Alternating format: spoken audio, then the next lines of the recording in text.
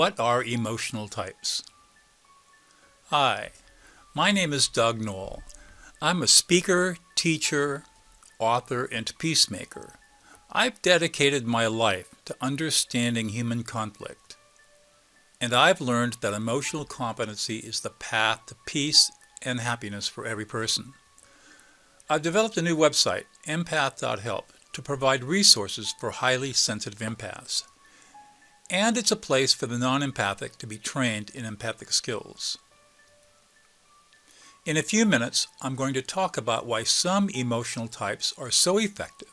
But first, let's look at the basic emotional types. According to Dr. Judith Orloff, most people fall into 4 emotional types. I break the 4 types into 2 categories: people who are emotionally shut down, or people who are emotionally sensitive or expressive. People who are emotionally shut down are usually those who pride themselves on their intellect and rationality. They disdain emotion as weak and irrational. They may also be people who see themselves as a rock, unaffected by the emotions around them, yet unable to express their emotions. These emotional types have never felt emotionally safe. They retreat into 2 approved cultural archetypes: the thinker and the rock. Inside, they are frightened and lonely. Outside, they project themselves as masters of the universe. Now, emotionally sensitive people feel the emotions of those around them. Often, these people are confused about the ownership of emotions. Is this my feeling, or is this someone else's feeling? And emotionally expressive people wear their emotions on their sleeves. They have few filters or boundaries and talk about whatever they're feeling in the moment. They are generally poor listeners and are self-absorbed. Over the years, I have observed a common life experience in all of these emotional types. They were emotionally invalidated as children. Emotional invalidation occurs when an adult says something like, "Stop crying," "Don't be a sissy," "Get tough," or "It's not that bad." Parents unwittingly use over 200 emotionally invalidating phrases on their children, and each phrase is a knife wound into the child's psyche. Parents invalidate their children's emotions for 2 reasons.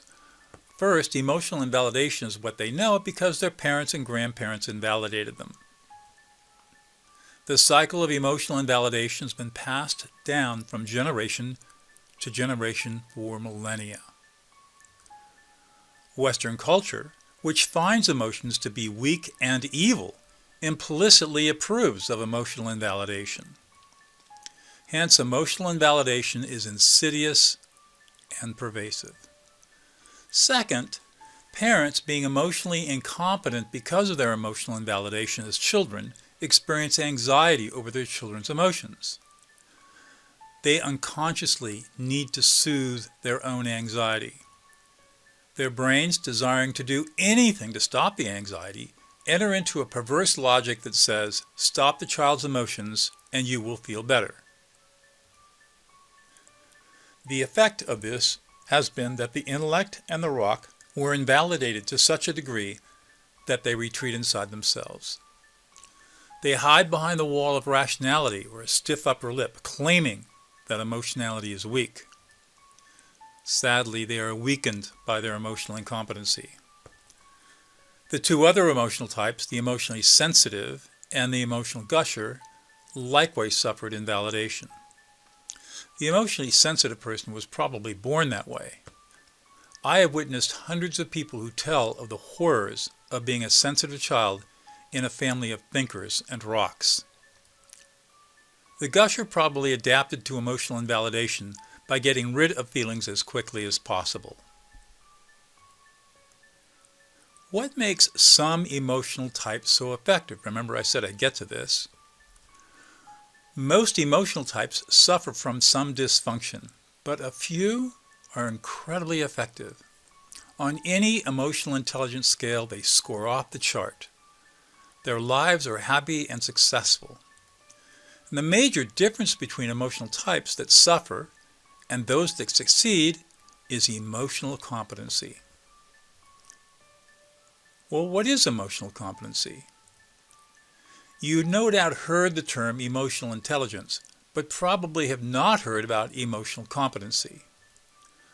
Emotional intelligence is a measure of how you score on questions that test your emotional self-awareness, your emotional control, your emotional expression, your recognition of emotions in others, and your ability to empathize with those emotions.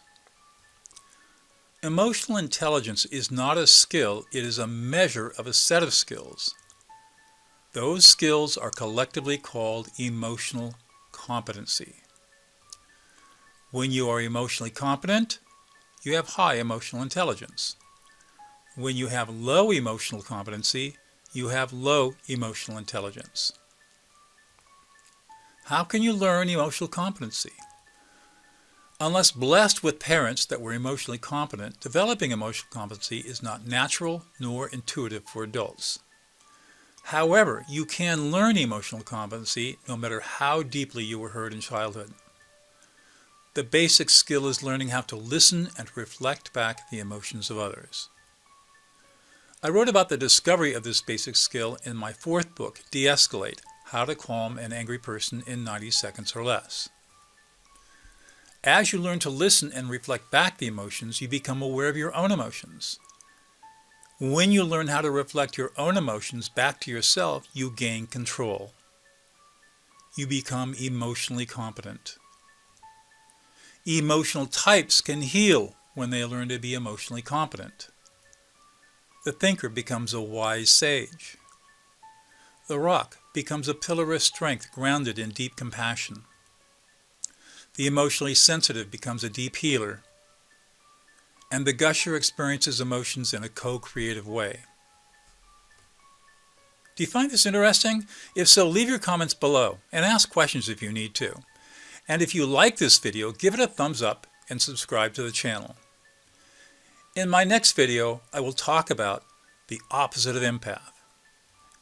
And if you're interested in learning more and want to join our tribe, visit us at https://empath.help.